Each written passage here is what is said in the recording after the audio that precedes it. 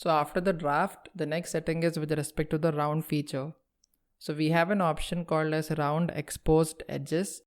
You can see that this particular edge which is visible for us on the top of the rib is a sharp edge. We can convert this sharp edge into a round edge simply by activating the round expose edges command.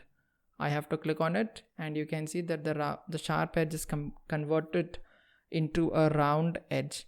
So this is helping us to stop or prevent a step by creating a round. By using the external feature, we can create the round using the trajectory rib settings as well. So this is a very good feature. We can also add the rounds on the internal edges, that is this particular edge or this particular edge.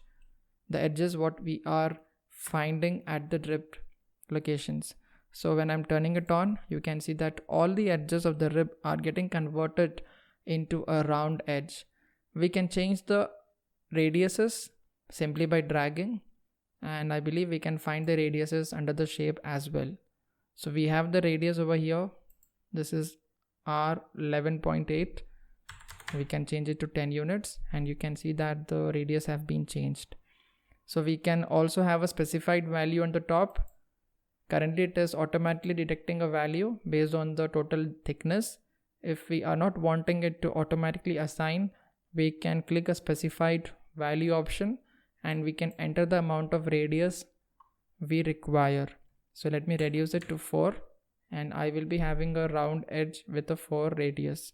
I can also increase it 7 units. When we are satisfied with it, we can simply press OK. And we can see that the rib has been converted into a very rounded, or we have removed all the edges of the rib which were sharp and we have converted it to a rounded edges. So let us move forward.